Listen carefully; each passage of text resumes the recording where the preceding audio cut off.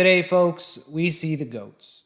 We got Magnus, Bobby, Garry, all today in part 2 of our most unfair position in chess. All 3 of those legends have experienced this before. Let's jump in. Magnus, Garry, Tata Steel. This one reminiscent of the epic Game 6 Magnus versus Nepo finale, that classic, instant classic, 8-hour game, amazing. But this was a different story. Remember, that was a knight, rook, and pawns. This one, obviously, bishop. But actually, after a few moves, we are here past move 110. Long game. And really, Anish calls it quits with a little style. Here, rook check. You can move the king back, king g7, etc., all equal. He plays king g5 and really just accepting rook f5.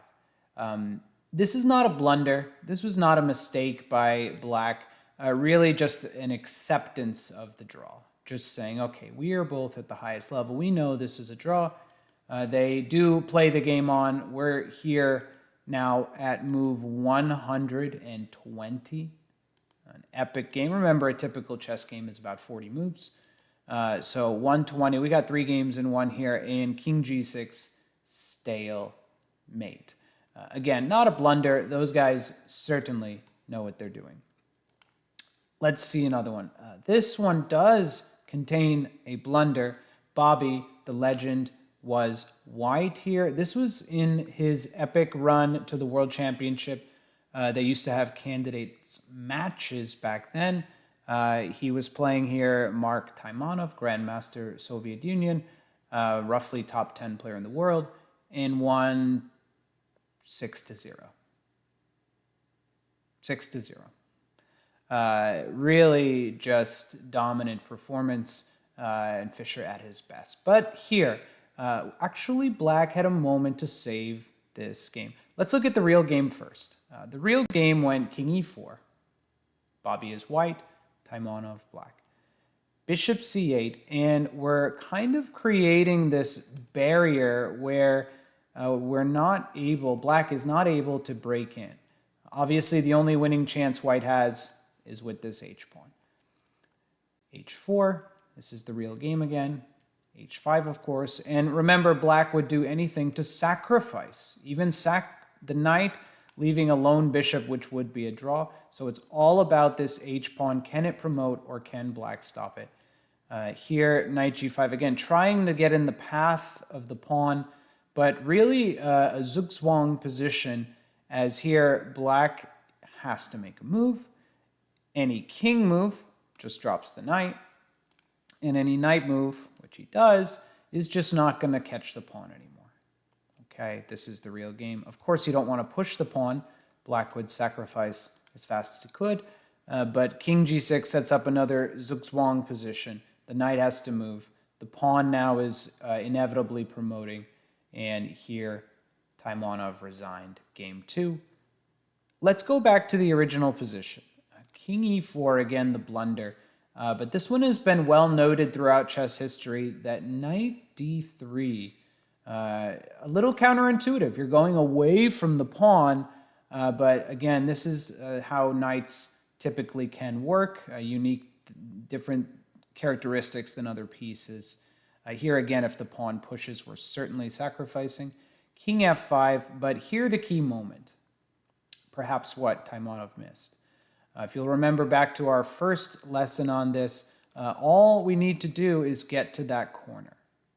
If you just get there, it's the bishop with the wrong color pawn or the wrong color bishop to guard the corner square. King d6. If king takes knight, that's okay. King e7, and now black has actually cleared a path to get to the corner square, and this would have been a well-known draw. So again, knight d3 saved this game. Maybe could have changed chess history. But king e4 and the king and knight get shut out by the bishop. Really nice game. Bobby wins, goes on to become world champion. Next one, Garry. Garry, unbelievable. This one was tense. Here, Nigel Short, very notable grandmaster and formidable opponent, but Garry thought he had this one. By the way, we're on move 84. These are usually long endgames when you arrive at this situation, and Garry thinks he's got it. Finally, after all this jockeying back and forth, he thinks he's got it. Rook takes, g3, and surely I'm able to support this pawn to the finish line, but Nigel also thinks he's saved the game. All I have to do is sacrifice, white, sacrifice for the last pawn. He does it a little fancy. Rook to h6, new queen, and then check. Due to the opposition here, the king has to move to the g file, and then we pick up the queen. Nigel thinks he's got it. Garry knows he's got it. What's going to happen here?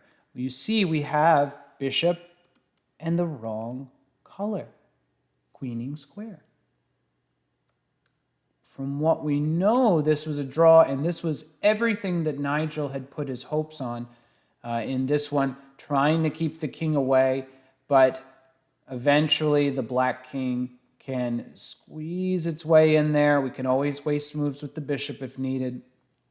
Again, feels like it could be a draw if we weren't playing Garry, but here eventually comes to a zugzwang position. King c2.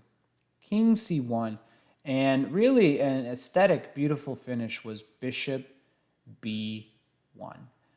Here is where white resigned. The king has been trapped. The only legal move is b5. And of course, now when we take this, we don't have a rook pawn anymore.